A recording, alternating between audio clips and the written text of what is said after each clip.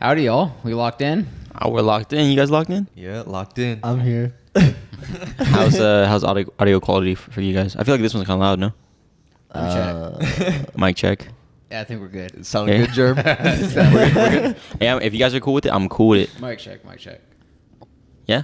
Yeah, I'm good. All right, let's roll it. Let's do it. Episode 3, huh? Episode 3, we're coming at you. Episode 2, you know. We're back at it again. Same lineup. We got Big Jerm over here on the far right. Big Germ coming at you. We got Icky Kai right here to my other right. Classic ick. You know, me right here straight in the middle. And we got far left over there. It's Buppy, you know, Justin. Back in action. It's hot. What do you guys want to roll with as far as episode 3 goes? Like, I know we had a few like kind of baby topics that you guys wanted to brush through, but what do you want to do? First off, rip. Damn. Baby talk. Baby topic. That's exactly what I was thinking Damn. about. I was Baby more talk. referring to myself as a baby talking with like the whole snacks and shit. I mean, Ooh. because I feel like your guys' topics are a little more like serious. Do you guys want to save that to the end? Like we just start going through like just normal random shit. You know what's crazy? Like that he said baby topic, and we were talking about babies before this. Yo, we actually were. That's kind of crazy. Why are we talking about babies? Twins, to be exact. Twins. Germ had brought up a topic of discussion where he wanted to talk about like basically his greatest challenges in life and kind of like reflect that on all of us. And before the cameras were rolling, we were talking about like what his biggest challenge was. And at first it kind of was thinking more like a physical level as far as like, I don't know, maybe like a physically challenging sport or like a new skill that you're learning. Maybe like an injury, stuff like that. But we kind of took it to more like an emotional level. And he brought up a situation where kind of had to do with like a little mishap in a relationship. You know, college, wear your condoms, guys. 'Cause abortions, they're not fun. Yeah. Yeah. Abortions are definitely a scary situation to be in and not Yeah. an ideal situation to be in. Big challenge, especially for a young buck like myself, 19 years old. Just got into college and was not ready for a family. But yeah, those big challenges, overcoming just the fact of like having that responsibility to like raise kids and not being ready. Mm-hmm. Accepting that fact, and then the challenge of like maintaining that relationship after the fact, which didn't work out regardless for multiple reasons. But yeah, one big challenge of like mentally getting over the fact that I wasn't enough or ready for that responsibility. Mm-hmm. So I think challenges boils down to what you're willing to take on as a responsibility. And if you're not ready, I think that taking the steps to get ready is overcoming that challenge. And over the years, simple fact, like I should probably wear more condoms, but I'm celibate now, so. Are you actually? By choice? Yeah, my choice. For like how long? Few months now. Okay. Yeah, Few months. How's that feel? I'm focused on other things. Sex isn't. I don't know. I guess through my adventures in life, sex isn't as big of an ordeal as it once was.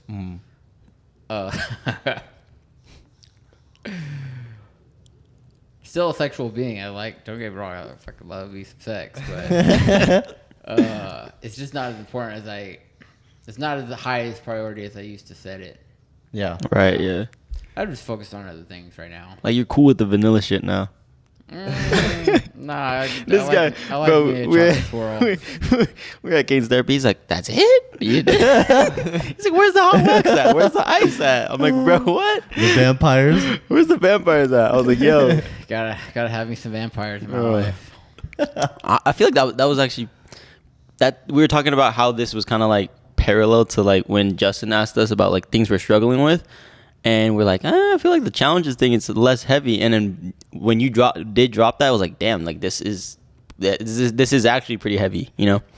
So what are some other stuff that you guys are challenged, like your challenges you guys are going through? Because I feel like that one was like that's honestly like a big one where it's like a choice where you have to go through that. I mean, I can't even like put anything close to that, I feel like.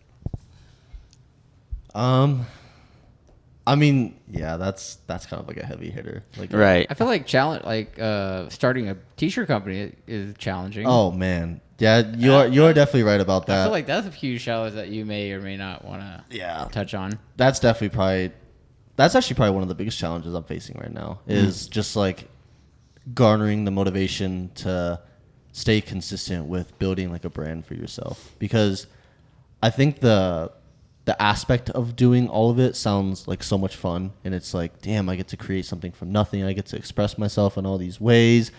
I get to put out stuff for people to wear, like show off. But the reality of it is like, I mean, you're essentially every fucking position in the business. Like you're like the marketer, you're the designer, you're the people that does photography, the person that finds clientele. Like there's just so much more that goes into it than just like the surface level of designing and putting it out there and making money. It's not as straightforward as everyone makes it seem to be. No, for sure. Because if everyone could do it, they'd do it. Yeah, you know, exactly. Yeah. I mean, I can keep going on about like the clothing thing. Yeah. More so just like, I don't know. I guess my personal feelings towards it is I genuinely like the thought of it, and I like the aspect of like having my own brand to like express myself and to like do my own thing. No, for sure. And I think my brand itself, the name Awkward Presence, like kind of fits me as a person and identifies me as a person very well. And that's why I enjoy rolling with it, because there's so many things I can branch out as far as like not even just clothing, more so just like I've thought about doing like a journal in some sense where it's kind of like your awkward thoughts. And I feel like that's kind of like a play on words as well. That'd be a cool segment. Or like if you did YouTube, like awkward moments in public and just like do stupid shit and troll. Yeah, I can see that shit. Or even just like using that as like my entire persona. Like there's so many awkward things in life that you can like use as like a play on words. Like there's awkward writing, there's awkward fucking videos. Awkward moments with the hostess. Hey, yo. Oh, you know all about that, huh? Nah, I actually don't. I don't know shit. Yeah, honestly. Right. You're right. We'll keep that. I don't even know what the fuck that is, bro. What is that? That's a hostess, honestly. What the fuck is that, bro? Did you want to answer the challenges question first before you like went and did that? I can. As of right now, I'd say my biggest challenge would be staying motivated and consistent with making music. Mm-hmm. More so, I would say just because I'm not giving myself like any time for like things that I want to do. I'm like focusing my energy into work, and then after that, I'm like, all I'm thinking about is like, damn, okay, now I have these 2 days off. I'm just gonna chill, and then I gotta go back to work.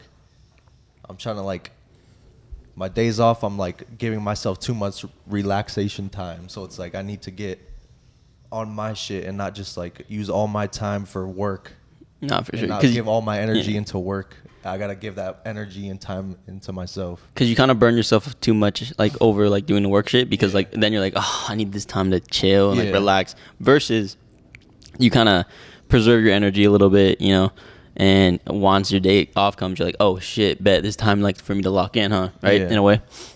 Because honestly, like what making music, like what's the process of that? Like how long are you just in there for? Like, do you write while you're kind of about to record something, or do you just go out and record and like spit something? I usually like the process would be like me going on YouTube, finding a beat, and then like, you know, just beat hunting, finding something I vibe with, and then after I find something I like, I get to writing, and then recording just off of that. Honestly, sometimes I'll just write off of like as I record, like I'll do a bar and then cut in and then write like that. But I mean, it's just finding that time to do it and also having the motivation to do it, because I feel like making music is very like an emotional like experience. So yeah, it's like your own interpretation of your emotions. You also got to be like in the right mindset and in the right vibe to like make what you want to make. Right. It's like a more of like a very energy thing. So No, for sure. The one thing, like, just the fact of, for me with content, right? Because you have it with the clothing brand, you have it with music. For me, I call it like creator's block, or like just, they say like writer's block or editor's block, So I feel like each of those aspects of like building a business or content or music or editing, right? Or videography. You have these moments where you're very inspired and you want to create something.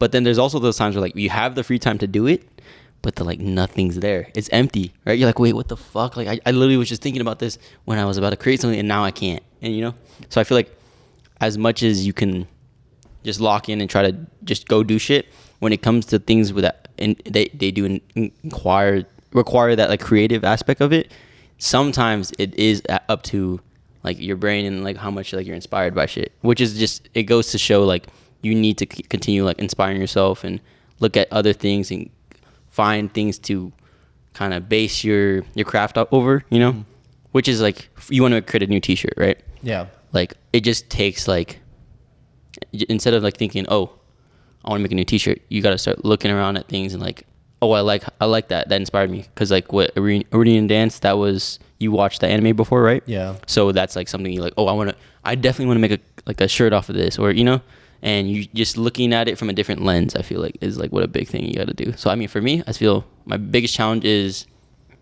it isn't necessarily the creative aspect of it. It is the actual part of like locking in and just doing the work. Because I have a bunch of videos that are like 75% done. Like the video is done, but then getting a digital artist for like the thumbnail, or finding out what title I want to use, or when I want to post it, or just stuff like that. So I definitely need to just lock in terms of like narrowing down the finalization of a video, So because I have a decent amount of videos that are like almost done, which I need to just have them done and ready to post, and then once they are done, just hire some just a random Fiverr. Use Fiverr? I use Fiverr a lot actually. Like my go-to thumbnail guy is from the Philippines, and then I have another one from like Indonesia.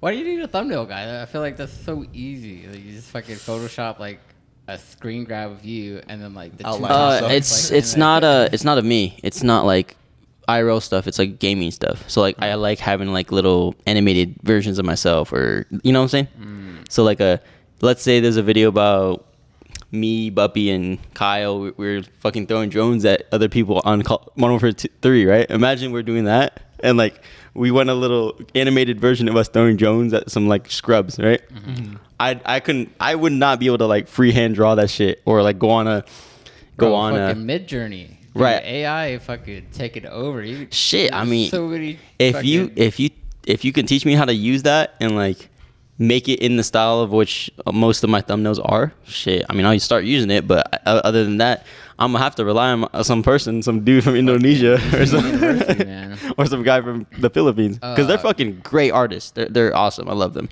Yeah. Going back to Justin's point on like motivation, what I used to do, I used to have a bunch of sticky notes on my wall, on like my mirror. Yeah. My mirror in front of my closet. Like one of them was like "fuck you, get up." It was just a big "fuck you, get up," and like just to start my day. My bathroom mirror says "stop being a pussy" on it right now. Yeah. Is it actually? I see it. With like a dry erase marker. Yeah. Yeah. Okay. Yeah. So like any or even like a good place is fridge. Any location you're constantly at. I don't know if you're at your fridge a lot. I'm at my fridge. But just fucking writing sticky notes to yourself. Just say, fuck you, get up. Or, hey, did you finish fucking making that t-shirt? Hey, did you finish finding a beat? And you don't even have to, like, finish a song. But it motivates you to start. Right. I like the fucking writing on the on the bathroom mirror. No, for sure. I do that for my phone. Yeah. Like, I need gas right now. So like after I get off, so like I put it in my notes category, and it's literally right here. It's get gas. Exclamation mark and the fucking emoji too. Get gas. Wow. So if I have like a day, like stuff I have to do throughout my day, I'll write it down on my phone if I want That's to. always good. But what kind of gas though? Like, what if you like misinterpret it at a moment of weakness? You're like, damn. But it's the emoji. It's not like the cigarette emoji. It's the actual like gasoline emoji. You know, That means you're getting that loud pack. Then. that loud. I mean, that actually, what Big Germ just said, brought up what actually I was going to ask earlier is, because Kyle was touching on how it was hard to find the motivation to do his clothing brand. My question was, when you guys are low in motivation and you have to get something done, what is like your go-to thing or something like that gets you to get up and get it done? Like something you have to do, but you don't feel like having to do it. Like the jump starter to like start your day. I want to say like start your day, but like say you're like down, you like have no motivation to do this thing, but you really have to get it done. Like Fucking throw on the Rocky soundtrack, man. Oh yeah. Yeah, no, that's a good one, bro. Music would probably get me going. But like, just giving yourself deadlines. Like I'm a huge procrastinator.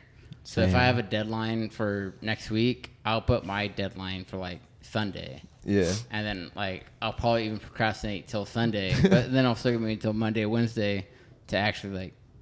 Oh, so you put your deadline like fucking way days before, like way before Way before. it's actually even due. Yeah. Okay. No, that's smart. That's smart though. Some Yeah. people even like they'll put their clock like ahead of time. Oh, that's crazy. All my clocks 10 minutes before. Dude, my sister- car clock, my microwave clock, everything's 10 minutes before. Yeah, I my- used to do an hour.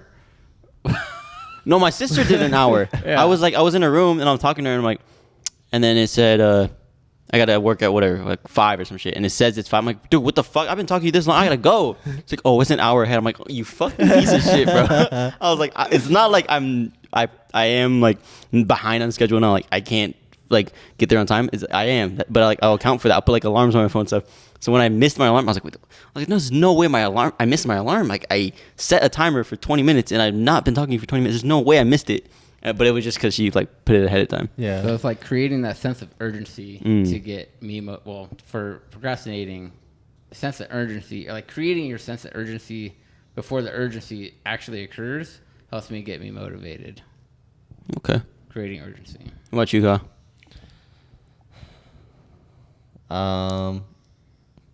I don't know. Honestly, I just get mad when I'm not productive. So it's like, if I don't do anything productive for the day, I'm like, damn, that was a waste of a fucking day. Like, I don't want to feel that way again. I guess, like, as toxic as it sounds, it's more about, like, it's like self-deprecating in a sense. It's like, damn, like, you're going to be a loser for another day. Like, come on, you got to go get something done at least. Yeah. But, I mean, for the most part, if I need to get something done, I'll get it done. Like, I usually don't have a problem with that. But I am a procrastinator. Like, today I had to literally ship out, like, a fucking a Depop order that someone bought, like, a week and a half ago.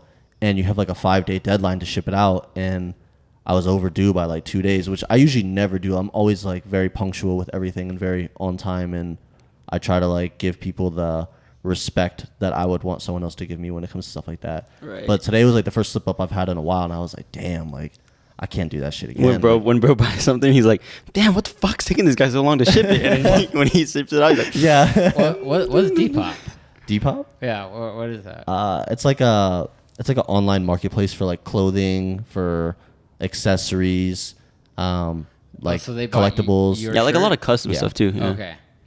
I thought, for some reason, I thought it was like they ordered something, so you go out and buy it, and then you ship it. No. It was something I already owned. If it was in that case, bro, I would have done that way earlier because I mean, Was it your T-shirt brand, or was it like something else you sold? It was like actually- it's it was like a- an online thrift shop. yeah, kind of. It was actually a bag from my ex that she left, and I was like, damn, I might as well profit off of it somehow.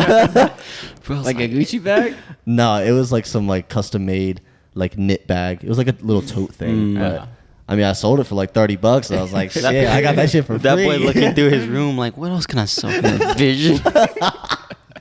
Honestly, I'm kind of the same. I feel like I don't know if it's just wired in like men, like with the whole Andrew Tate, fucking David Goggins shit, where like when they're just insulting you, like they're just telling you you're not shit, you know? Yeah. And you're like, you know what, fuck you. I'm not gonna let you like speak to me like that. It's like it goes with like having that pride in yourself to like, nah, I'm not gonna just like fuck around and like not do something, right? It's like I do need to lock in and like start like doing this or doing that, you know.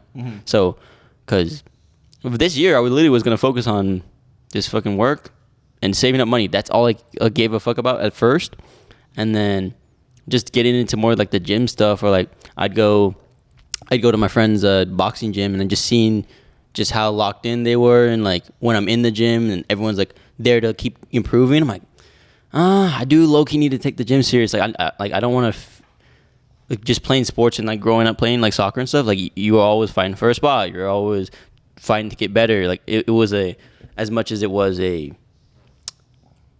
challenge and challenging yourself, it was also challenging yourself with your team, and then your team challenging other teams around the valley. So it's like you're always in this constant competition and it's just like a fire lit under you to where you have to keep doing something and just improving over and over, you know. So when I was just not really caring about like the gym and just my health in general, like I was like, you know what, that's not a good way of thinking. Like it, just because you're focusing on one thing doesn't mean you can't focus on other things.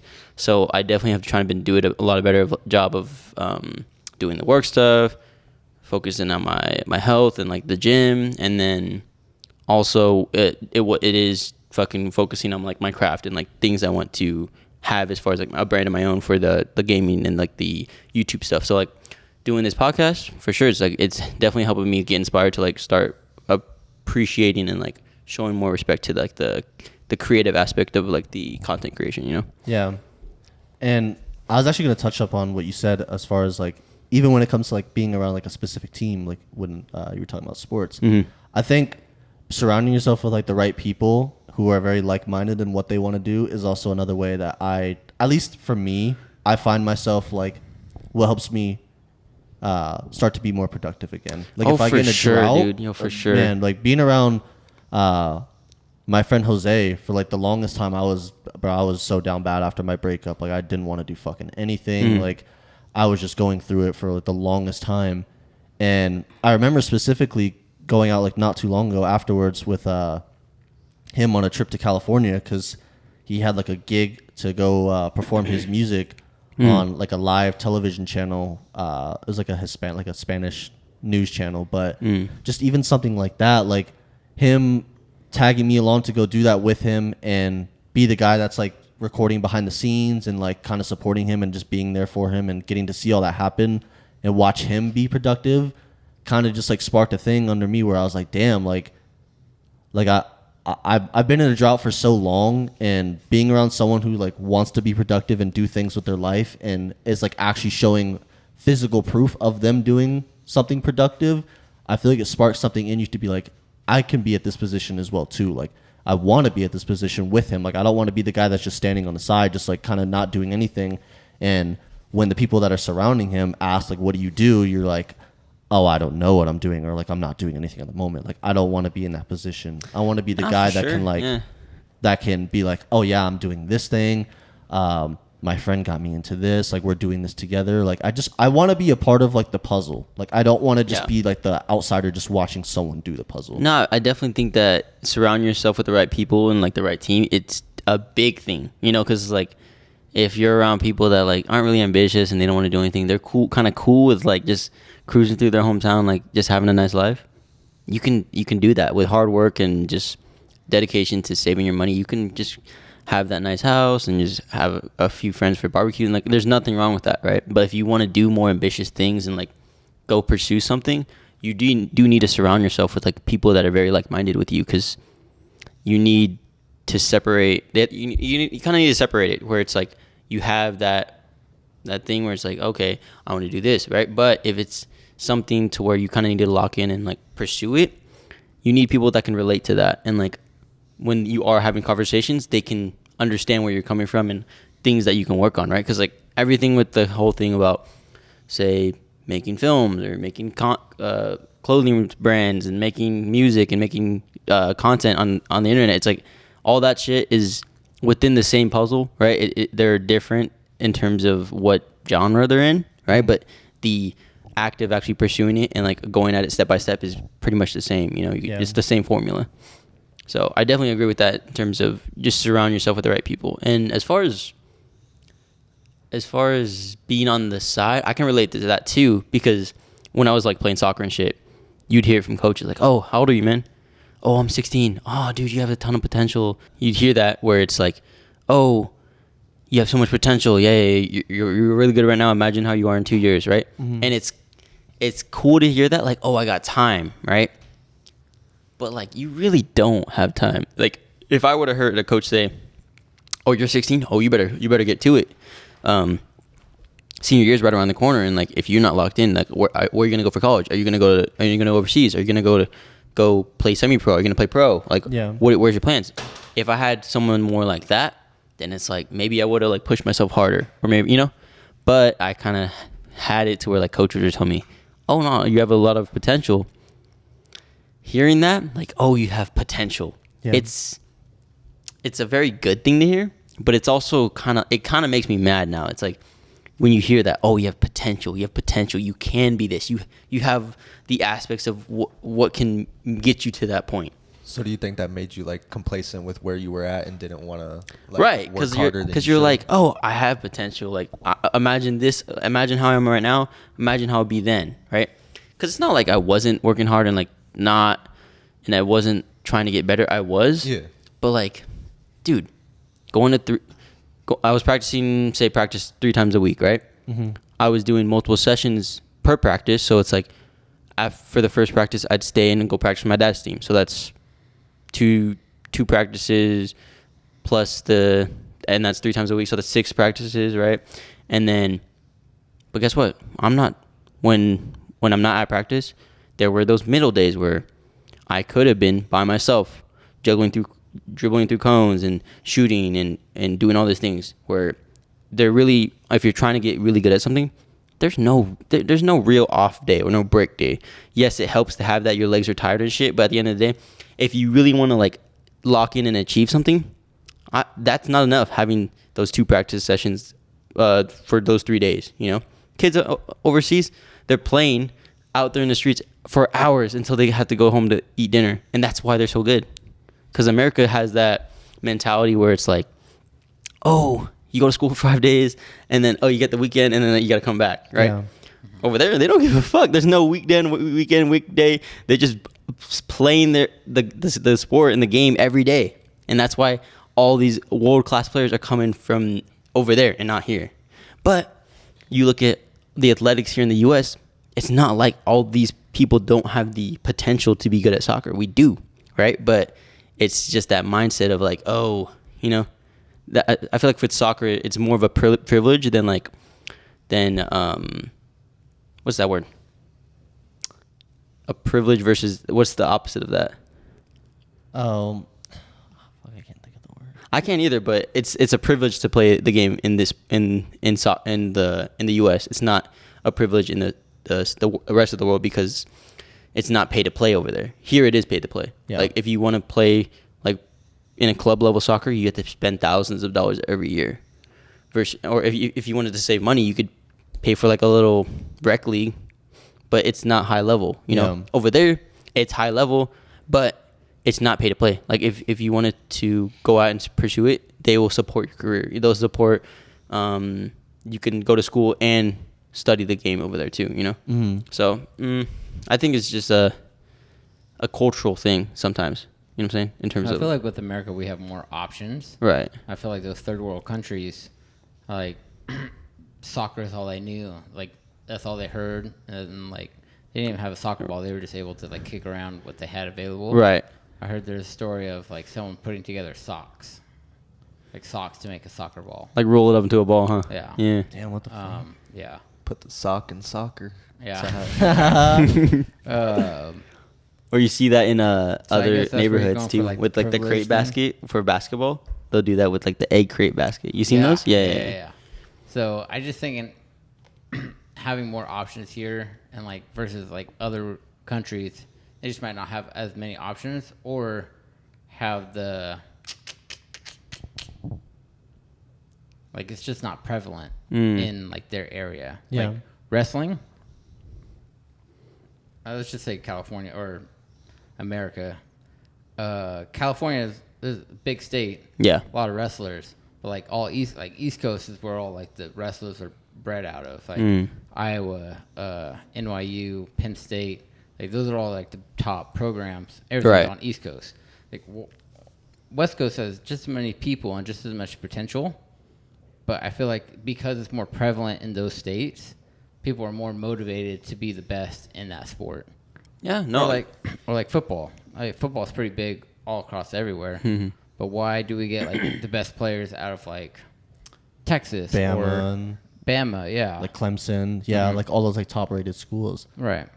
I feel like it has a lot to do with just being more eyes being on you. It's like a higher standard that it kind of sets. I feel like at. with college is a little bit different because you can get recruited from other places, so you don't necessarily know what hometown they're from. But a big parallel I use that is with wrestling.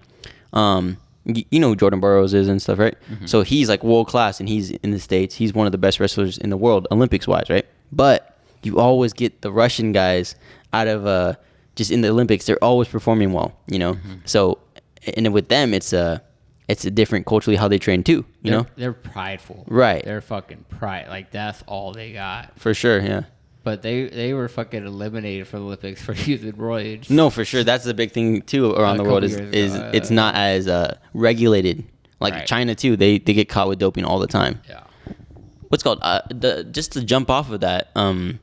How do you think like it would be pursuing your craft and like doing what you want to do currently, like in terms of like the future, if you were in like a different place, like not in the States? Like how much would that affect like your mindset in terms of like wanting to go after it? Do you think it helps being here, or do you think it hurts in a way because of just how much diversity and like complexity like it is here? You know what I'm saying?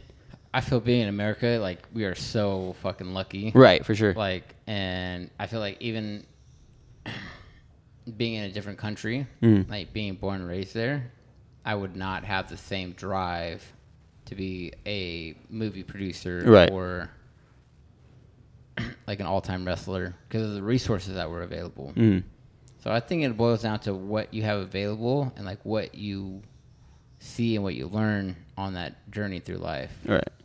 Do you think like you'd be even more inspired though by like being in a place that you don't necessarily have access to it, or do you think you just wouldn't be exposed to it at all and like you wouldn't even know what it is? Well, coming from a small town, I always wanted more. Like right. I always wanted more for myself. Like I coming from a small town, I was like, I'm getting out of this town. I'm going far away, and I'm never coming back. Because just in that small town, there's no opportunity to grow. Yeah. So I feel like with knowing the fact that I can't grow in this area made me motivated to go to somewhere where I could grow. Right. So if I was in a different country, in the same aspect, like I'm not able to grow here, I would push myself to find where I'm able to grow in the next stage. So I would eventually find a way to. It'd be kind of just in terms of where you were located in a way, right? Cause yeah, and that's just very so vague, like. Because like let's say we talk about being in Peru versus being in France. Like France is still very big in cinema and stuff. Yeah, like, and you got the whole fashion. Or you got say going over there by Asia, or you know it's very different culturally in terms of the aspects of how they shoot film and like Tokyo, right? They got the best deals on cameras. They got fucking dope ass cameras for way cheaper. He's like, oh damn, not cheaper, but like more accessible price. Yeah, okay. For like some crazy cinema cameras because it's more prevalent there. Oh, okay. Honestly, going into that from like a small town, what were some things that kind of inspired you to kind of want to pursue film and want to pursue just video media in general? Because if you said it is a small town, like what kind of like got you to gravitate towards that? I think because I was a small town, there wasn't much shit to do. Right. So what I would do as a kid, I would watch TV and movies. And so as I would watch these movies growing up, I would watch certain movies. Like I would watch Liar Liar with Jim Carrey, and I was like, "Oh, I'm gonna be a fucking lawyer when I grow up." That I movie's was hilarious. inspired to be a lawyer because I love that movie. couple years go by, and I'm like, fucking, I realized what it takes to be a lawyer. I'm like, fuck that. Yeah, I don't think I could do it. And then, like, I end up watching, like, Top Gun. I'm like, you know what? I'm going to be a fucking jet Fighter pilot. jet pilot? Fighter Yeah. jet. I was like, fuck yeah. Learn what it takes. I was like, fuck that. I watched Happy Gilmore. I'm like, psh, professional golfer. Yeah. I get my fucking golf Yeah. set. I try it out. I'm like, no, this shit's fucking lame. I like to golf though. I do like golfing. I like hitting the range. Bro, we could low-key, like, I like putting too. we should play some golf sometime, honestly. Terrible. Should be Please, good. no. That should be funny. I'm No? terrible. Dude. Fine. What about, like, Top Golf? You No, cool with that? no, not even Top Golf. Top Golf. Top That's the Golf only is thing I've ever embarrassing. done. This motherfucker don't want to go to Top Golf? Dude, I've gone there before and I cannot swing. How about I can't swing a club. if we go to a escape room and then go to Top Golf? Is that cool? You might convince me there. All right. Fucking escape room. We're locked in on escape room. Do you guys remember that or no? Escape rooms? When we were on Discord and we were trying to brainstorm like things we wanted to do, it was me, it was you, and Big Tin. Yeah, Big Tin. And then we're like, what do you guys want to do? You guys want like we can go grab food, okay? But like, what do you want to do? Like, we can go do something too. I'm like, oh, we should start thinking, right? And he goes, how do you guys feel about an escape room? And we're just dead silent for like 5 seconds. And he's like, all right, fuck you guys. and then I started laughing. I'm like, no, it's not like we didn't want to do an escape room. It's just like, it was so far out of left field. I wasn't expecting that answer, but I like escape rooms. I like puzzles. yeah. fuck yeah. My sister said the same thing too. She's like she goes to escape rooms all the time. So I was like, it's fun. And then she's like, yeah, that'd be fun. But I'd be down, honestly. Like, you'd be down? Little escape room vlog. Right. That should be kind of fun, right? I don't know. We gotta do a scary one though. The scary ones are the best ones. Are they actually scary? Some, yeah, a little bit. shit, I mean, I'm like they're down. like, I wouldn't say they're like scary, They're but like, spooky. I don't even fuck with scary movies. Like, oh my god, don't be a pussy. They're not gonna I'm touch down you. for it. I'm still down for it. Don't get me wrong, bro. Right. Nah, dude. Honestly, I used to hate scary shit, but I'm like addicted to it now. It's kind of bad. Like I love watching scary movies. I'm like a thrill guy. Have you ever been in Not Scary Farm? No, I haven't. haven't been there. Bro, that shit is fucking scary. Is it? We were there when as I kids, went. Kyle. What's that? What? We went as kids like years ago. Oh, but yeah, that was like fucking like 15 years ago. So I feel like it's got to be like more insane now. No. Fucking- so they hired people to fucking scare you, jump scare you. You literally get paid to hide in bushes or Hell no. right behind the bathroom stall or like the bathroom Yeah. fucking area, and they fucking get your ass. But one particular year, they had these guys on roller skates, and they had fucking metal gloves. So these guys would fucking roller skate, and they're like zombified and like crazy scary masks. Mm-hmm. And they would fucking roll past you and then skid their gloves on the ground Oh, and it yeah. would spark. Yeah. It was sick, but also like fucking these guys fucking. Yeah, like I was like, They better not do that shit to me. I might damn. fucking trip their ass. Fucking, oh, they're definitely fucking slide across the ground and shit. Not Scary Farm is sick though. It's just like the scary, like Halloween-fied version of Knott's Berry Farm, right? That's what it is, or Yeah. Okay. Yeah, I've always heard about it and driven past it, but I've never like been there. I'm surprised there's not fucking a theme park here in Vegas. It's like on the way to Cali, right? Or is it? Knott's Berry Farm Yeah. is Cali. in Cali. Oh, okay. Yeah, What it's city? like LA. Is it in LA? yeah, It's not in LA, but like On the way there. it's near it. it's Okay. fucking not Pomona. Is it by Six Flags or no? Because Six Flags is in LA. It's kind of. I'm trying to think of the town. It's all damn near in LA. It's all LA. Yeah, like LA is like the main hub for pretty much everything. Yeah. The Why is hub. there not a fucking theme park in Vegas though? Why is I there mean, the not? only thing is Circus. There's a Oh, few God. That's ish. the only thing that's even close. Adventure like, to why Dome? isn't there like a Disneyland or a fucking? I heard they were like planning on making something like that. That's no? what I thought too. I think so. Like years ago, I heard that's what they were building. I think it's in talks and in plans. I Like, I believe. get why not Disneyland, maybe. It's like Disneyland in Vegas. Woo! But like, what if they made like an adult Mickey version on drugs of and shit. Disneyland? Like all the princesses are like burlesque, Yeah. burlesque shows. Yo, what? That'd be sick. That'd be This funny boy as fuck. fantasizing. Fucking Beauty and the Beast of this bitch. This boy's like, Damn. Thunder This guy's down like, under please. me. Fucking, whoa. La Bonitas. Ooh, La Bonitas. Oh my goodness. No, that would be fun though. Bro, they need a theme park out here so No, bad. that'd be fun. because I fucking love theme parks. Rolling back to our last topic though, what is some things that inspired you to get kind of into like making a clothing brand? Clothing. Just wearing clothes and like seeing how it looks and stuff. Yeah. You kind of wanted to dabble with it or what? I mean, I feel like that's the main factor is clothing Mm. in general. I just like clothing and I like putting together like cool outfits. I like buying from other like smaller brands that are Okay. not big names, like how we were talking about earlier with like Nike and stuff like that before we started this. I felt that. Feels good. That wasn't me. It was him. I think that was Steve. I think that's Oh, was it? Oh, it might have been. Bro got caressed by his dog. Oops. Anyways, as far as like what else got me into it, I don't know. I just like the aspect of like making my own stuff. You're so dirty. You're so. This dude was like, oh, I felt that. It was your dog, bro. Get your head out the gutter. Fuck you guys. Goodness great. We're locked in. You know, we're locked in. What about you, Buffy? Like, what kind of got you into like making music? You know, because everyone like listens to music. Yeah. Honestly, I'd probably say back in Florida, me and my other brother, whenever we would smoke, we would just turn on a beat and freestyle. So, Oh no, for sure. Yeah. honestly, like that's what started me. Also, I did have a friend in high school. Shout out to you, Brian. I don't know where you're at, but you know, long gone friend. He did inspire me to start writing music. Okay. Because one day I was in class and he's like, hey, yo, you make music? I was like, no. I was like, do you? He's like, yeah. And he showed me his shit. I was like, damn, this shit's cool. And then we was like starting getting close. So I was like, fuck it. I'll start writing music too. And then that's every day after school, I would just lay on the couch and just fucking write music. So No, that's fucking dope. Yeah. and then the freestyles, yeah, that's about it. That's Was it how I like started. rapping or like singing? Yeah, I started rapping, Nice. but now nice. I do like whatever I feel. Nice. Oh, he definitely does whatever he feels. Whoa. What else do you guys want to talk about? And we're back at it. We back. Back at it like a Yeah. bad habit. Does anyone even know where we left Big off at? pockets gotta go. Grab it. I think we talked about, Oh.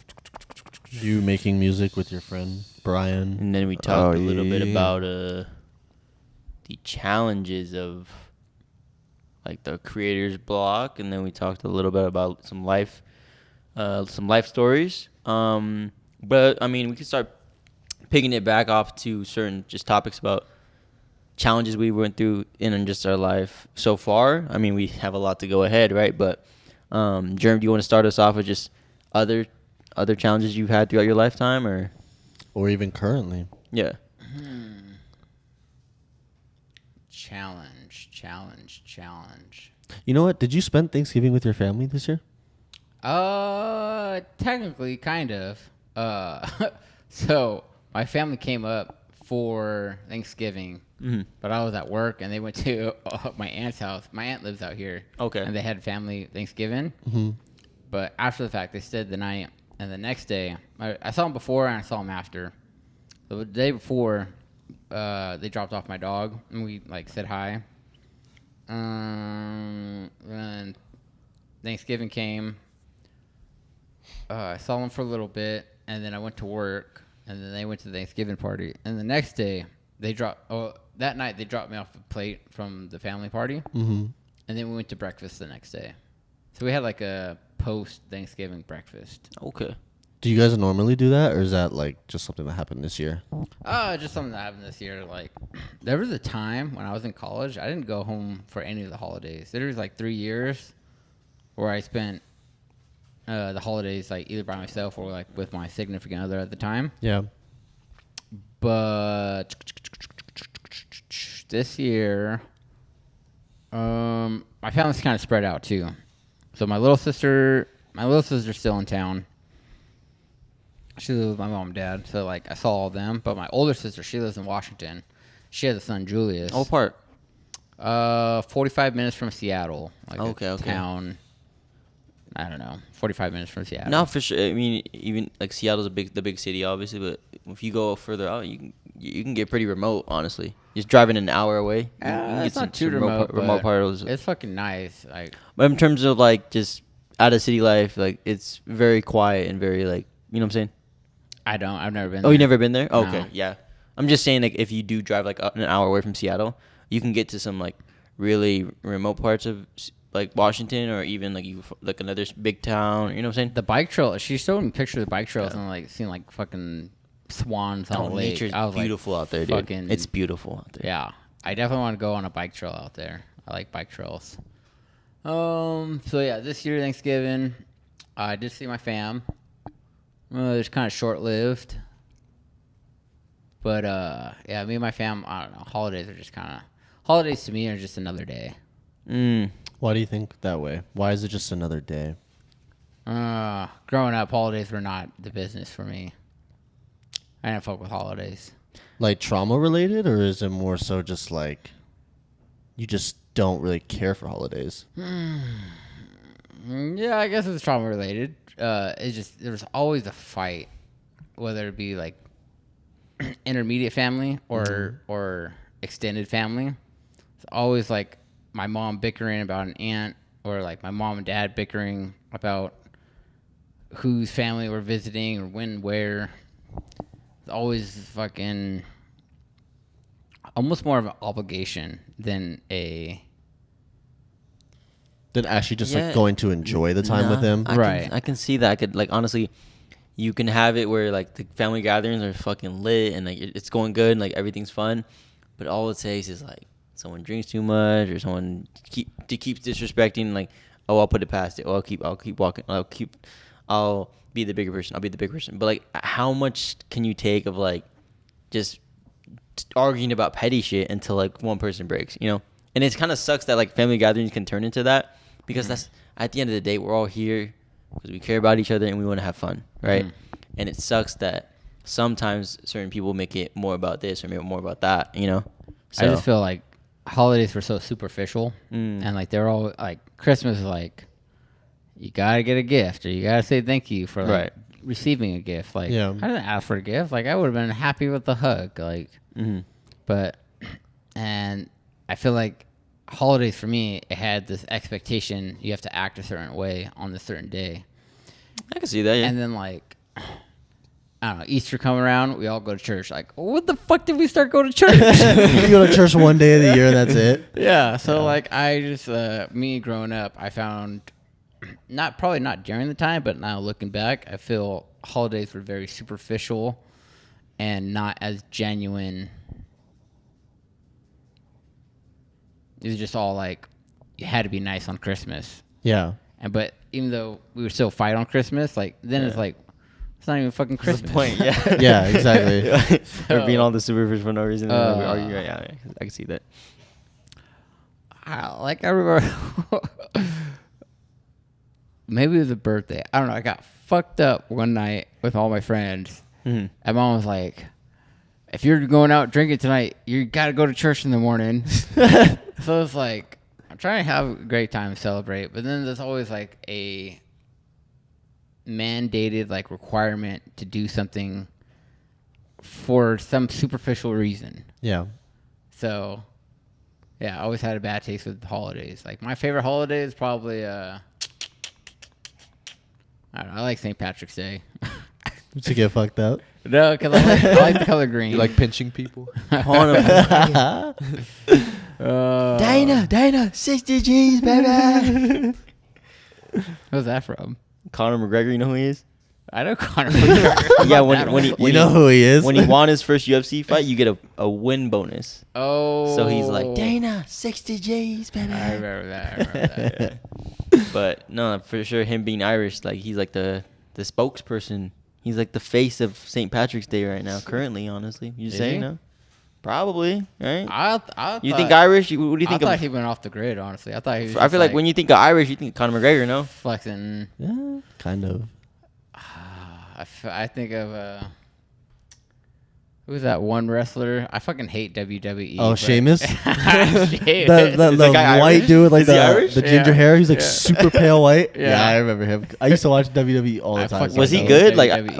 or was just like John Cena was It's beating just his a ass? Just a show, man. Oh, he's Yeah. good. Oh, no one's good on that. Yeah, no. Hey, It's all Hey, Rey planned. Mysterio, he's him, bro. Yeah, Rey Mysterio is him, though. I fuck with Rey Mysterio 619, because he actually 619. showed like athletic. Right, ability. he's Yes. like doing flips and shit. Him and Jeff Hardy. Jeff Hardy was, oh my God. Jeff Hardy was I loved Jeff Hardy. Everyone's No? like, Jeff Hardy's a piece of shit. I just hate WWE as a whole, not because of the individuals of like the characters or the portrayals of the wrestlers, but the community. I hated the community of WWE. Like, the people that watched that shit and like believed. I used to believe. When we were kids. Fucking bro. hated you guys. Do you think that like you have to like just because you enjoy it, do you mean, like it doesn't necessarily mean like everything is real or like you No, and that's the thing. I enjoyed this. I enjoyed the entertainment, world wrestling entertainment. And, Right. like, so Yeah. I was like, from a young age, I knew that shit wasn't real, just because like maybe I had a wrestler's mentality because I actually wrestled. because there's in, no like, way these guys actual are sport. smacking each other with ladders and shit, right? And so like I always hated the correlation of wrestling with WWE because wrestling is like the first Olympic sport. It was like a lot of pride in that sport. It's the oldest For sure. sport. Yeah. It's two men just proving who's more dominant, and it's like, and when you're Yeah. fucking going at each other like that versus like, oh, here's like the entertainment stuff, this the fake stuff, and they get more attention Yeah, and because they're just so popularity like, than fucking the real McMahon, shit. You fucked my wife. I didn't fuck your wife. He fucked your wife. I fucked your sister. I'm like, And then his son would jump in and fight with him. Did that actually happen in WWE before? like Wait, word really for word, did it? verbatim. Dude, it was the craziest shit ever. Like, just like remember the that intense- episode with like a passion? He's like, fucking hate this episode. So I don't know. I Oh. hated the community. Didn't hate the sport, but hated. Yeah, I just hated how so many people believed that shit was like real wrestling. They, Right. You did like real wrestling, right? Like you wrestled like in high school. Yeah, I wrestled. How'd you get into that? Like, folk style, freestyle, collegiate. It all began back when I used to get bullied. I used to get bullied for being short and Yeah. whatnot. So I would get in fights in like intermediate school. And when I started getting in fights, mom was like, we'll put you in jiu-jitsu just to like for self-defense. right. So I started with jiu-jitsu. And I got up to yellow belt. I was pretty young. I was probably started 7, You 9. fuck with Jerem on the fucking playground. He put you in an armbar. I'll go for the chokehold. I got in a fight after I did jiu-jitsu for a while. I got in a fight at the sports park, and he thought he was fucking thug nasty, all hot shit. Threw a couple punches. I fucking plowed and weave, hopped around him, rear naked choke, fucking choked his ass. Rear Fucking naked eyes choke. rolled back. Damn. Everyone was like, okay. I was like, yeah, God, yeah. Motherfucker. Anyways, so did really well in jiu-jitsu. 7th grade comes around, and I go into junior high. And the wrestling team, I was like, I do jiu-jitsu, and there was a judo club. I'm not a big fan of judo. It's Yeah. just all throws. I wanted something more physical. So I joined the wrestling team because I was like, I do jiu-jitsu, I can correlate. And even though jiu-jitsu, like, you're on the back and that's good, my wrestling coach was like, it's totally different. Like, you don't want to be on your back. It's a different style. So I did it, and that first year, I went undefeated. Granted, it was a junior high wrestling. That's big, and you're- like fucking not a big league. And then the next year, I went undefeated again. And so after that year, my 8th grade year, the high school team had just got a new coach. His name Coach Hopkins from Central Michigan, straight out of college. Oh shit! So you guys had like a college coach like come to your high school? No, that's fucking dope. Yeah. So No. made me disciplined as I am today. Yeah.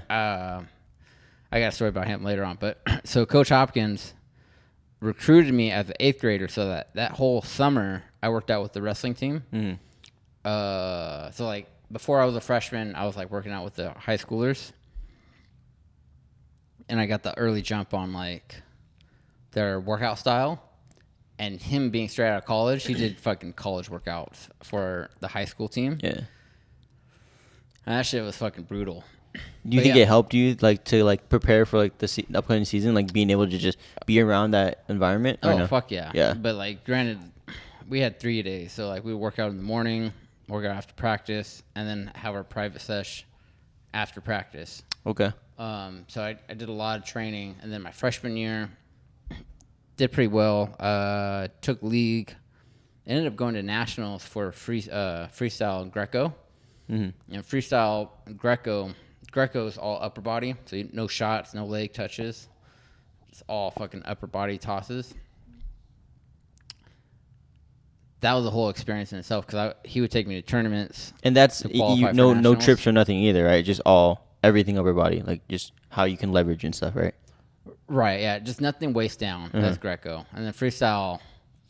Everything goes. Everything goes, and the scoring system is a little different. Like the more you roll them, you get points. Point structure is different, and the style is different. But what I was getting at is, high school, junior high. Got recruited by high school. Worked out with the high schoolers. Fucking became a badass wrestler freshman year, and then it just kept on rolling and just kept with it. I was good at it, and I was dedicated, and I was almost like I didn't know any better to do anything else. Yeah, like I did other sports. Like I did baseball, soccer. I conditioned with the football team. I was just good at wrestling. Right. And like that was my niche in high school. I did a bunch of shit in high school. Honestly, I did so much. For shit. Wrestling, you said some big things like winning nationals and stuff, and like or was it state or nationals? It was nationals or no? Well, yeah. My career has been so long. Freshman year, I took league. Went to state. I didn't place top 10, or usually it's top 8, but didn't place top 8. But then I went to that's folk style so like school style is folk style, and then after season there's freestyle and Greco tournaments. And that's not with the school, right? It's like with the individual team or something, right? Yeah, like a club team. And so I would travel to Temecula, and that's where I met the Inland Empire Wrestling Association. That team, I was part of that squad, and I went with tournaments down there. And that coach picked me up for the national team. One, because I think I was like the toughest 98 pounder. Like they needed a 98 pounder. There wasn't that many tough 98 pounders. I was fucking small. Because like certain other divisions are more popular than others, right? Well, just kids that were. There just wasn't a lot of kids in my weight class in our section that would be able to compete at the level that they needed to. It's kind of like how like the UFC had like problems with the flyweights. Like not a lot. It wasn't really a big division, and then obviously you had like Mighty Mouse, and you had Henry Cejudo, and like all these bigger guys making it more exciting. And now there wasn't at the time, but now there is. Where the 135 division is like one of the most exciting divisions in the sport. So it's kind of like how what you're saying with like wrestling, the 98 division. It was like not a lot of kids that size, but like all it took is just like kind of just pulling from a pool and like getting it more popular than say like 125 or 130, 140, 150, you know, right? Or is that kind of similar or no? Yeah, pretty much on the money. Like less people to compete means a more highly selected pool to like move forward. Yeah, I did that freshman year. Sophomore, junior year, I did my thing. I did junior year. I think junior year or senior year, I went back to nationals. And I did all the club teams. So I didn't do nationals individually, but I did it with the cadet duels team. And so I got my ass kicked fucking in nationals. I just remember facing this Georgia kid. I probably won 2 matches out of the whole tournament. How many games is this tournament? I believe we had 5 matches. Okay. And that's over a span of like the weekend, or how many games? How many matches are you doing? I think it was 3 days. Okay, 3 days. So Yeah. 5 matches in 3 days. Like qualifiers, tournament, and then finals. Okay. And then we made it to the second day. We didn't make it to the third day. So what do you think was the most challenging thing when it comes to like just wrestling and when you got into it, or just Fucking making during weight, it? honestly. Making weight? Yeah. And with my body fat being like less at the time, it was like less than 7% or 5%. And at the start of the season, you have to do a BMI test and a water test. Yeah. To like judge how much weight you can lose in a healthy way. Yeah. So like they would test you at the beginning of the season. So like if my BMI was at this percentage, I could only drop 10 pounds. So like I can't wrestle the season all at 112 and then all of a sudden the finals come and I just drop to fucking like 2 weights below. They were trying to regulate because people would do that.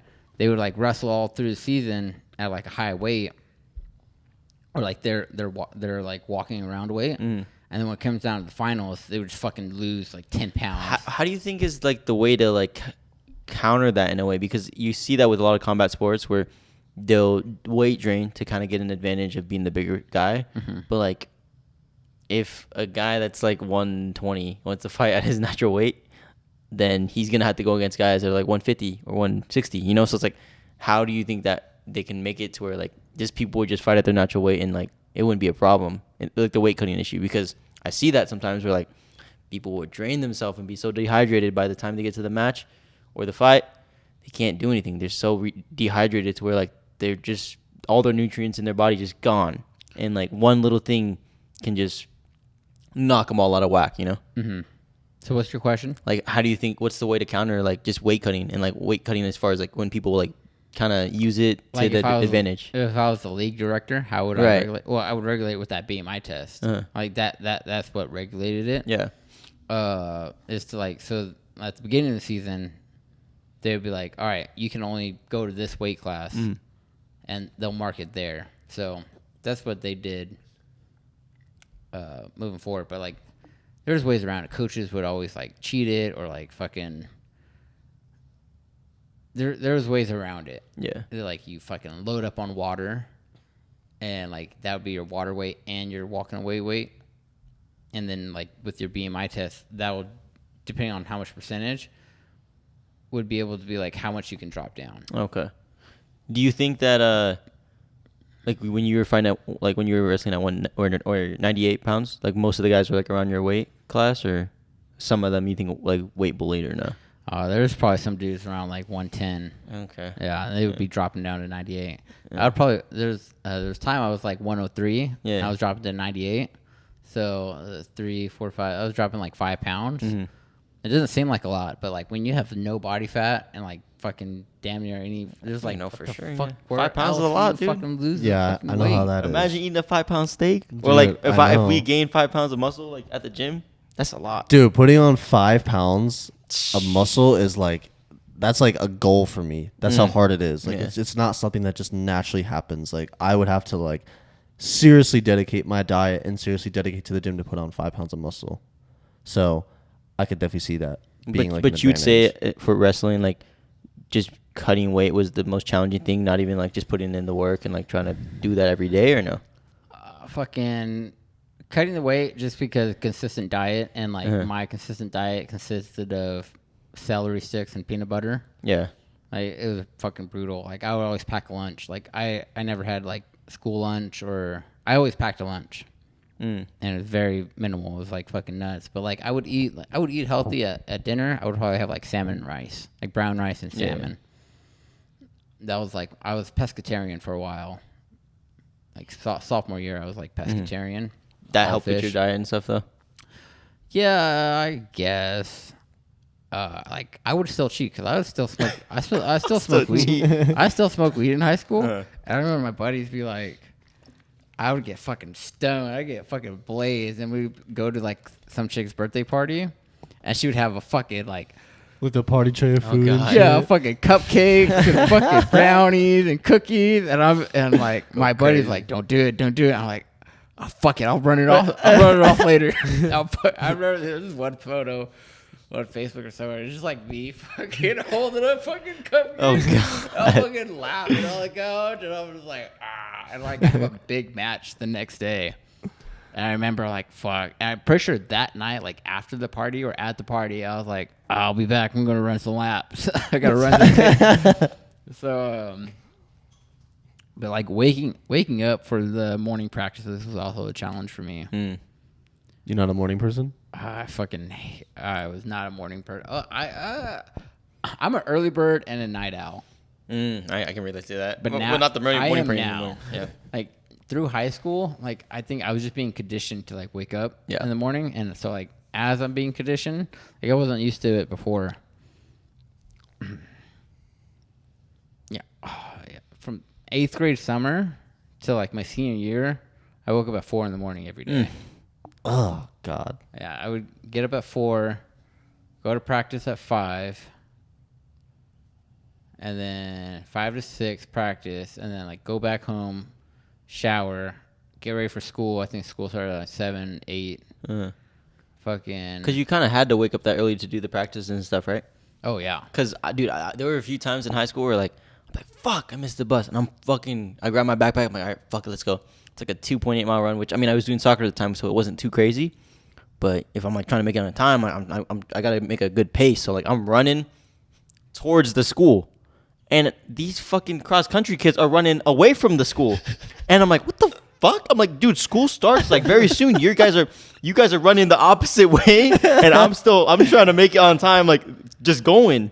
Those country fucks are different. But they were going fast. Like I was going fast, and then I'd stop at the light, and they're still fucking going and going.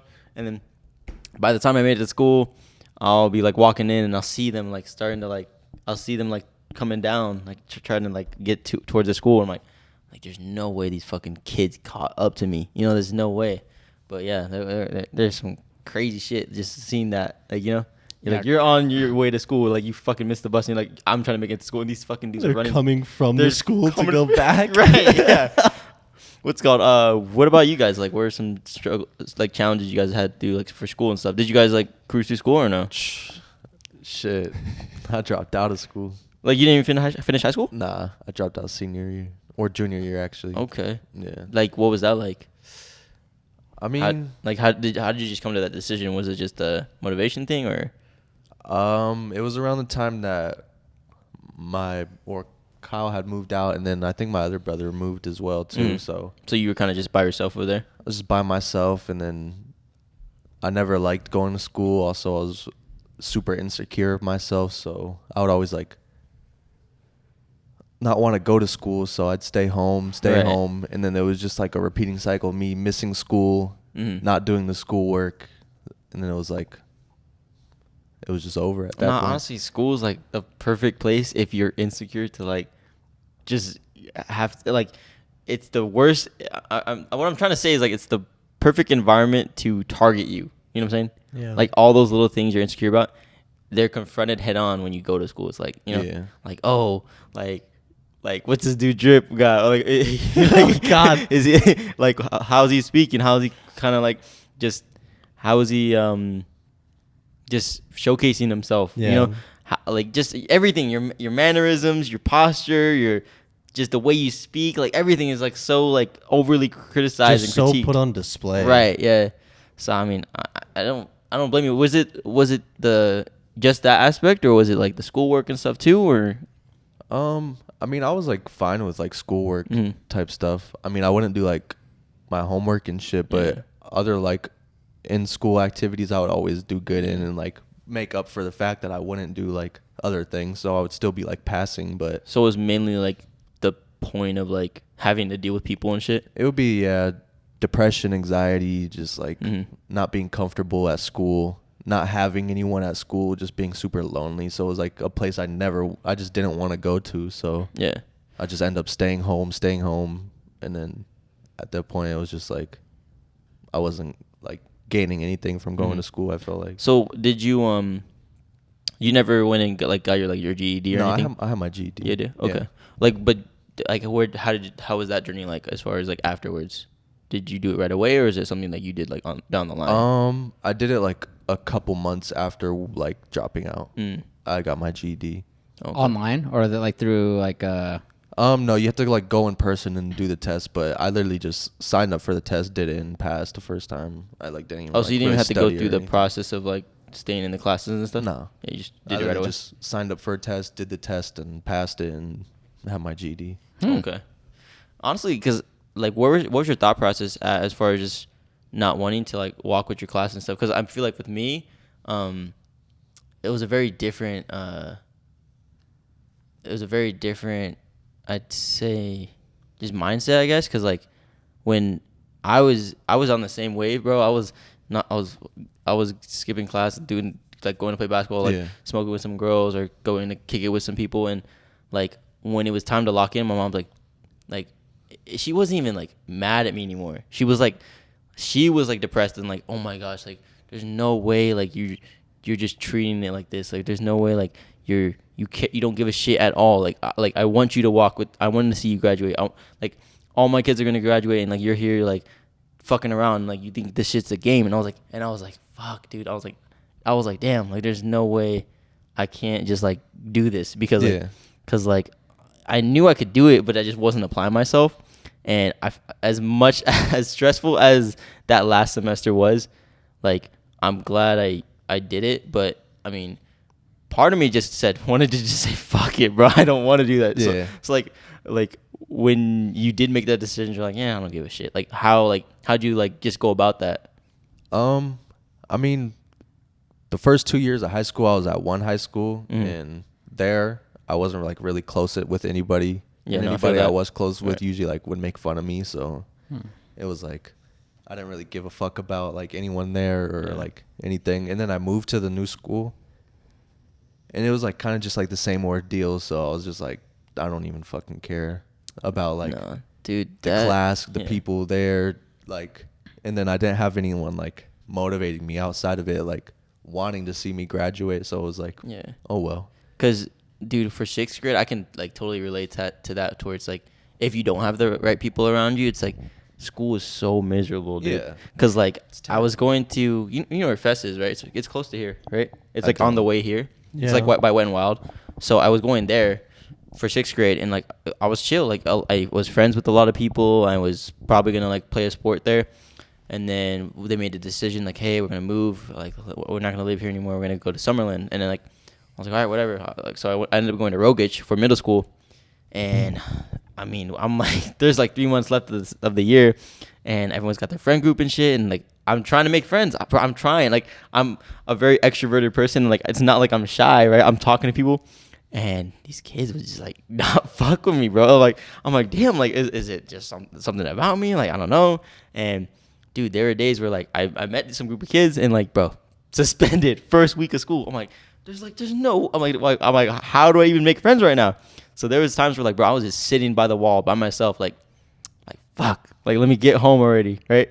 And then my brother was going there too because he's 2 years older than me, so like he was in 8th grade. Yeah. And he just walked past me and like, it was just like he's just like, damn, like he's by yourself again, right? And I'd feel like so shitty because like it's not like. It wasn't on him or nothing, but it was like, damn, I really can't do this. Like, there's like, I can't make friends here, and I was trying my hardest, you know. Yeah. And then when I got to 7th grade, 8th grade, like I was super chill with everyone, and like I loved that school. I went to like a charter school, and that was a cool experience too because there was a dress code. You had to wear like the school uniform and stuff and all that, and then everyone was just really chill with each other. So like it was kind of crazy, kind of going through that 6th grade where it's like. Things are great, things are not great. So like I feel like having to go through that in like high school or like later on, you know, it affects you deeply for sure, you know. Yeah, it fucks you up for sure. Right. What about you? How was the school life for you? Middle school was fucking fun. Yeah. Middle school was definitely like my peak years of schooling. That's probably where I had like the most friends, like the most shit to do outside of school. Just being a social person, being like comfortable with myself and like excelling in school as well too. But yeah, like once our parents got divorced and we moved to Florida, that's kind of where everything like started to go downhill as far as schooling. Because I remember we moved like midway through 7th grade year. So basically everything, all the curriculum and everything I knew as far as like out here in Vegas was like completely different out in Florida. And the school that we moved to, I believe in Florida, I don't even know if we even... Actually, what happened is we moved to Florida, and I remember we started like online school for a little bit in like the middle of 7th grade year. So like going from public school to like online school was already a transition in itself. Yeah. And at that point, there was already so much going on with like the divorce and everything, just like depression, anxiety, like change, like basically just changing your entire life around, going to a completely new state from Vegas to Florida is just, that's a big change in itself too. Yeah. So yeah, the transition from that to that was kind of just like, it almost was like non-existent because I didn't even give a fuck about school at that point. I was just kind of like so just caught up with like other stuff going on in life. Kind of just in like survival mode, huh? Yeah, pretty much. So middle school, like I don't even honestly remember if I even finished middle school. Like I genuinely don't know how I even got to high school because I feel like I know I didn't finish 7th grade year. Like 7th grade year, I remember not finishing it. In 8th grade, I don't even remember going to like middle school for it. Yeah. So I don't know if I just somehow got pushed through to high school or not, but I'm almost positive I did not fucking pass middle school. Yeah. Maybe they're not as strict with middle school. Oh, like in Florida, bro, they don't give a fuck. I will say Florida. They don't give a fuck in Florida, bro. They progress you no matter what. They want you to get the fuck out of the school system. Yeah. But yeah, as far as like middle school, They like don't got no fun, you know. bro, they don't. Everything. All their money goes to the Miami Dolphins and the Bucks, and they. Well, That's the only thing keeping it so funny. He's like, hey, wrap it up, bro. We gotta pay for this Tyreek Hill contract. Hey, Shout out Tyreek. Hey, LeBron's coming here. He's gonna win us a chip. Okay, get the fuck going, man. oh, he was with Miami Heat. He was around the same time too. That's why Dame couldn't come because they didn't. They started more funding for the school, and Dave was like, that's not enough. Like, fuck it, Jared. Damn it, Jared. We wanted Dame. But your like school life was kind of rough too. High school was fucking shitty. Yeah. There was only one peak year in high school, and that was 10th grade. That was probably the best year I had. And even then, it wasn't even like that great. But I had friends in 10th grade, so Yeah. that would definitely made it better. And I had a teacher I really liked as well too. She was really nice, and she kind of like saw me for like who I was. Mm-hmm. So it was more so, I just felt accepted in that class, and I think that's like kind of what kept me going as far as like 10th grade year. But junior year, I essentially dropped out as well too. Because I had transitioned into like online school because I was low-key addicted to gaming, competitive gaming. So that kind of took me out of school for a while. And then senior year, I actually went back to the same high school I did. And I graduated, but I didn't walk. Like I basically graduated like a month afterwards because I was missing credits. So I didn't get to walk, but I graduated like literally probably So you like didn't less get than to a do month like the later. ceremony with your friends and stuff, but like you got the diploma. I didn't have any friends to do the ceremony with anyways. But no, I watched my twin brother walk. Like we actually went to the ceremony because my twin brother was walking it. So I was just in the stands just being supportive. Okay. But yeah, high school was not fucking it. The only good thing I got out of high school was my competitive COD career. That was pretty much about it. What about you, Jerm? Did like we talked about like wrestling, yeah. but like what was like actual like school life like? You just, like, outside High of school, that? I was a fucking G. Like, Yeah? high school, I fucking ran that bitch. At least we got one positive story. Jerm right there, yeah. High school, did you guys have ASB? Do you know what ASB is? I don't know what that is. No. It's the Associated Student Body. Is like It's like student council. student council, yeah. Okay. So yeah, I like, know what that is. we ran all the pep rallies. We ran all the assemblies. We put together the school dances. Yeah. The fucking school floats. Fucking did it all. So like every year, freshman, sophomore, junior year, I was a class president. And my senior year, I was ASB president because there's like a senior class president and then like an ASB president. I fucking ran that bitch. Jeremy Trump right there. Jeremy Obama. All the pep Jeremy rallies Putin. during lunch, I was like the hype man. That was fucking. I see it, I I was on see the it. mic. Assemblies, I ran the mic. I'd be like, freshman, junior, why my senior there? So, and I have this picture.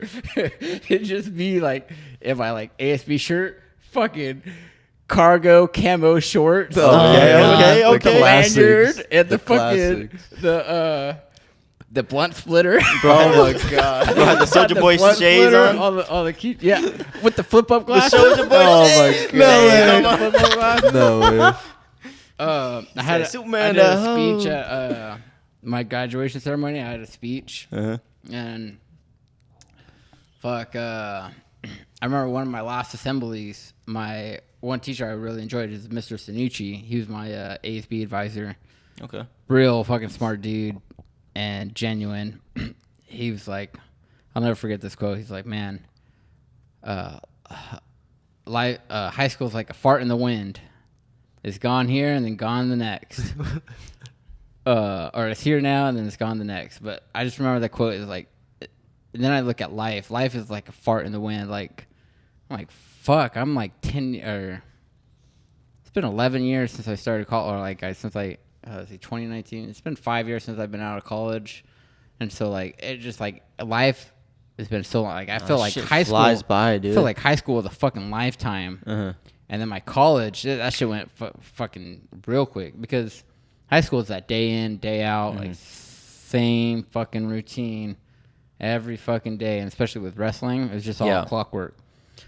College came.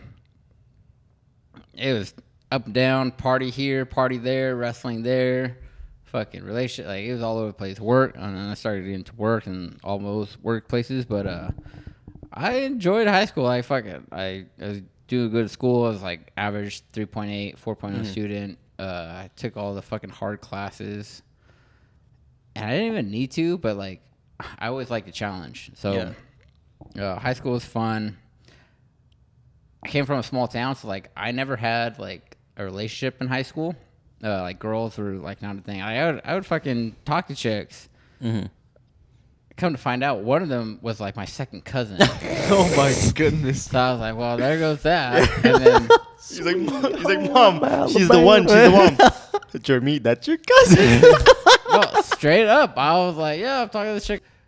I think that's your dad's cousin. Oh my God. Her dad was my dad's second cousin. So she's like third. I don't know how it worked. Yeah, like, it was like separated, extended, twice removed type deal. But high school was lit. No, that's crazy. I was a high school mascot. So like, I could totally see that. I did all the football games, volleyball games. I went to a majority of the girls' sports. I only did like football for the dudes. Wait, what was your mascot? We were the Aztecs. Bro, Oh, I remember you telling me about this that. dude would Yeah. wear the fucking costume, and then he'd change out of it, do the speech, go back in the costume, change out of it, be the... See, it Go wasn't, fucking put the helmet on. it wasn't a costume. It was more of a dress and a headdress. So like my face, like, it wasn't a mask. Oh, so everyone knew. Yeah, everyone fucking knew. Basically, wore like the actual outfit of a Yeah, the like, Aztecs? yeah, Okay. fucking. I don't even know where I got. Oh, my friend's mom was like the old high school mascot, like way back in the day. Oh, shit. She's like, I think I still have my thing. Wow. And it was like this fucking. I don't want to say like a sundress, but it was like an old Aztec fucking like robe. Okay, oh, yeah. The tunic? No, With the cape. I'm picturing it, yeah. And then a fucking headdress. I just get like a fucking Indian headdress from like the Halloween store. Oh my God. I got a fucking axe. And then my mom had this fucking belt that looked like a giant medallion, and I wore it as a necklace. So like this fucking like metallic medallion belt I wore as a necklace, and that was like my medallion. Uh-huh. And that was it. I fucking just a fucking like my underwear was short. Like I barely wore anything underneath. Like it was just a fucking robe, Oh my a God. headdress, and a fucking act. And I just fucking run up and down the stage. Oh. No, I wish I was at those games. That'd be Oh. lit. And our band was legit. Like our band was better. Like for a while, our football team sucked. And people would only show up to see the halftime show of the Oh my band. God. Oh my goodness. Because they were legit, and they would do the formation thing and like Yeah. create like symbols and like moving shit. And So a lot of those kids probably went to college for that shit, huh? Like for the college marching band? I don't know about that. Because I don't know, college is like very, very big when it comes to like their band and like Oh yeah, but music college, and stuff. yeah, they get their fucking shit serious. But Yeah. But so for high school, you were there at that same high school for all 4 years, right? yeah, and that's the thing I wanted to touch on, I didn't realize other cities had multiple high schools in one city. I thought everyone just had one high school. Like, I didn't know could be multiple high schools in one city. Yeah. Do you that think shit blew my how mind. much of that do you think helped you in terms of like literally like locking in and having that high school journey? Because like when we talk about yours, you say it feels like a lifetime, but for you it was off and on, online this, online that. You were flipping back and forth too. And like for me, I was doing Palo for 2 years, and then I up and left that high school and like started doing, like I started going to CSN and like doing classes at the college, and like there'd be like aspects where you'd cover high school curriculum in like a smaller classroom, like literally like by my house, like down the road. Like that's where we'd go for like our little high school sessions, and then you do all your homework and stuff. All your classes were at the college, you know, like, so like for me it feels like split this, split that. That feels different. That feels different. Do you think like just being at that same high school and like just locking in like helped you just focus on it and like just kind of go through it and go through the motions easier? I was definitely going through the motions. Thinking back, I think I was just so focused on wrestling. Mm-hmm. Like that was like my goal, was to just be a dope ass badass wrestler. Right. And just having that discipline with the wrestling just kind of help you like focus on all the other aspects of just high school in general too? No, I was pretty much scared of my mom fucking shunning me. My mom was very critical. Like Right. if you get C's, like, I don't know. I never got a C, so fucking. You didn't know the consequence of it? Yeah, I didn't want to. And Yeah. my older sister, she was another thing. I had my sisters do a lot of my homework. Oh, really? Yeah, my older sister, she wrote a lot of my essays. I actually helped out a few times for my sister, but I've never like, my brother wouldn't do that shit for me, or my sister wouldn't do that shit for me. Like, but I tried to do it for my sister just because of the fact that like I knew what it was like, but I Dude, can. fuck writing essays. Oh, Oh my god, especially if it's you know what? something you're You not. guys know what a interested in. DBQ is? Yeah, isn't it like a No. test? Nah, it's like a fucking. Wait, is it that workbook? It's a format for writing a essay, but it's not like the English format of how you would write an essay in English. It's for history. I've heard of DBQ. So she- Discussion-based questions, right? It was her essay version of that, and like this history teacher would just she got on my nerves, dude. So I don't know the format because the way she teaches the format is shit. So I was like, I need help, right? Her test literally said, "Come see me at the front. This is not correct." So I went up, and then she's like, "Do you know what you're doing?" I'm like, "I don't. Can I come up after class or during lunch, something, so you can kind of review how it is?" Because I wrote that essay like how I'd write an English essay, right? Yeah. For like fucking English class. So I'd show up for lunch. Get out. I'm having lunch. All right, damn. Because she said like, yeah, my door's open. Yeah. Get up. Go there after school. I missed the fucking bus. Go to her classroom. Hey, Miss Lame Loser, can I get some help? Get out of my room. I'm going to pick up my kids. Okay, that's fine. Go pick up your kids. But don't tell me to see you after class if you got to go pick up your kids. Yeah. You know? You told me, like, your door is open and I can get some help with this, and you're going to fucking do that shit. So I did that for, like, 2 weeks straight. Kept denying me. Like, kept fucking making me miss the bus. I'm walking home and shit. I said, fuck this shit. I'm done. I just took the L in that class. It was like an honors, world history honors, and I took an L on that class. I got like a C minus, barely, just because I did so well testing. But like on those essays, F, D minus, F, D minus, Yeah. And that's like fucking most of the fucking percentage of the curriculum. So I get A's on the test, but I get like a fucking D on the DBQ. So I was like, oh my God, I just can't. She was pregnant too, which, not saying anything bad, but like, dude, if you are not like emotionally and mentally competent, don't go teach some high school kids if you are not there. Like, go raise your kids. It's fine. Like, Oh man, I got Right. conversations on teachers that should not be teaching. But granted, we got 30 seconds left on this battery. Okay. Shit. But There it goes. do you want to wrap up the episode then? it died. All right. I mean, we could just turn on my camera Yeah. and then just roll with the rest of this and wrap up the episode. You want to do that? Yeah, we can wrap it up. Okay. You guys want to keep talking while I grab that? I'm okay. Moment of silence. Kind of want some gummy bears. Oh, gummy bear action. Yeah. Them Sour Patch Kids. Oh, Sour Patch Kids. Dude, honestly, I should have got Cane's earlier when I got Justin Cane's. That Should've. sounds so good right now. I had me at some In-N-Out, and that shit was fucking decadent. I had a hot chocolate. You guys ever have In-N-Out hot chocolate? No, they They have hot chocolate. chocolate? Oh, yeah. With marshmallows. But I don't get the Damn. marshmallows. I need to try But that. their hot chocolate is fire. Is that like a new thing? Nah. OG. OG. In-N-Out hot chocolate. Yes, sir. No way. Yeah. It's the secret menu item. Get that shit. But make sure you try it, because sometimes it's like really good or really watery. And it all depends who makes it.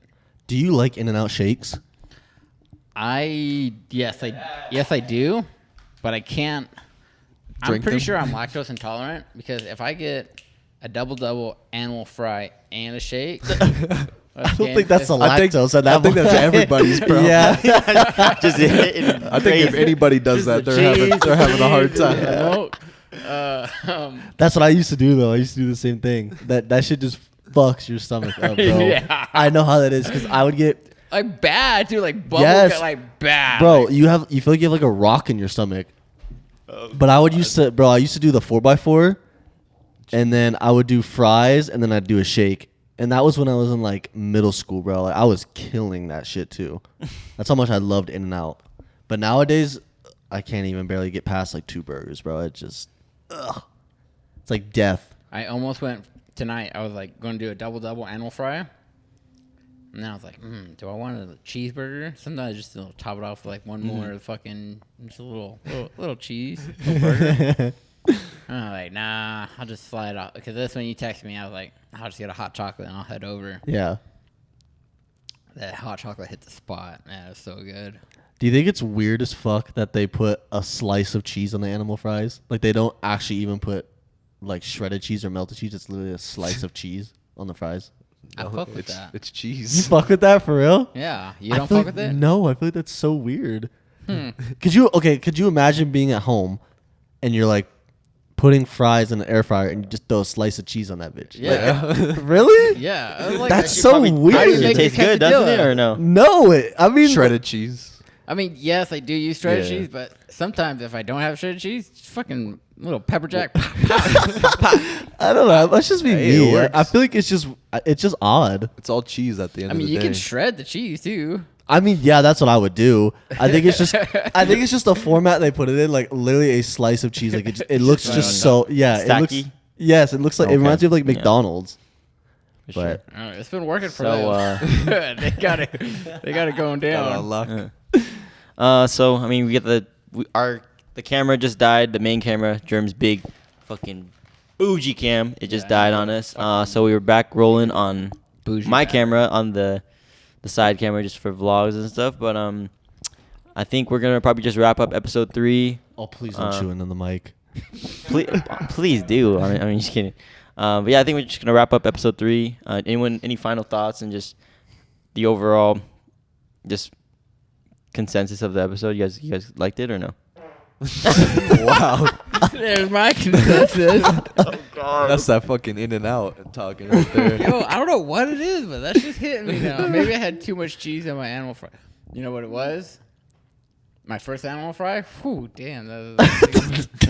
My first animal fry, it was cold and hard. I took 2 bites. I was like, fuck this. Give me a new animal fry.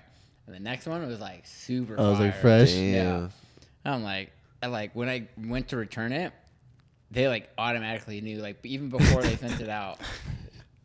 They were just hoping you're like, I hope this guy just accepts this, bro. I don't want to make any more. That's Yeah, no, crazy. for real. Then I saw the fry girl, and she like gave me a dirty ass look. I'm like, bitch, make me some fresh ass fries. These are like old, or you forgot about them, or you're waiting for a burger, something like these are. You know what? It was probably another customer's order that they didn't want the fries anymore, so they just left it there. Yeah. And they probably just gave it to shit. you. Now I was like, fuck that. And then like one of my old relationships, like significant other would like hate returning food or Yeah. like having confrontation at like restaurants Oh. or like returning food. And I get Babe, it. they got your order wrong. No, it's okay. Right? Yeah. I'm like, fuck that. I'm paying for this. I ordered fresh, hot, and good. Germs, that one. You know, I'm that one. Usually they're like the girlfriend that like very confidential. Nah, I make Germs sure the I get that boyfriend. shit fresh. That's him No, right there. my mom's the same way. I don't like that. What's it called? Yeah. I Wait, think, hold on. So you're saying if you got food that Dude, was fucked up, you just eat it? It depends on how fucked up it is. I'm not picky. I'm not picky either. But that shit was, if it was cold and hard. you Cold wouldn't and say- hard is different. let's say like you ordered the tandoori chicken. All right, what? And then like they brought out the family meal chicken. I'm leaving at that point. Hey, Kyle's notorious for eating the nastiest shit, so I'm you calling can't trust that guy. Oh god. I'm calling the health department at that point. I'm getting that bitch shut down if that's the case. Fuck that. Okay. Yeah, I think that about wraps it up for episode 3, guys. What do y'all think? Yeah, Yeah? don't eat family meal at any restaurant you ever work at. That's all I'm gonna say. All right. It's like definitely avoid that. No family meal chicken. All right. This is Dimitri, Kyle, Justin, and Big Jern wrapping it up. Episode 3. I'll see y'all next one. Peace out. Peace. Peace.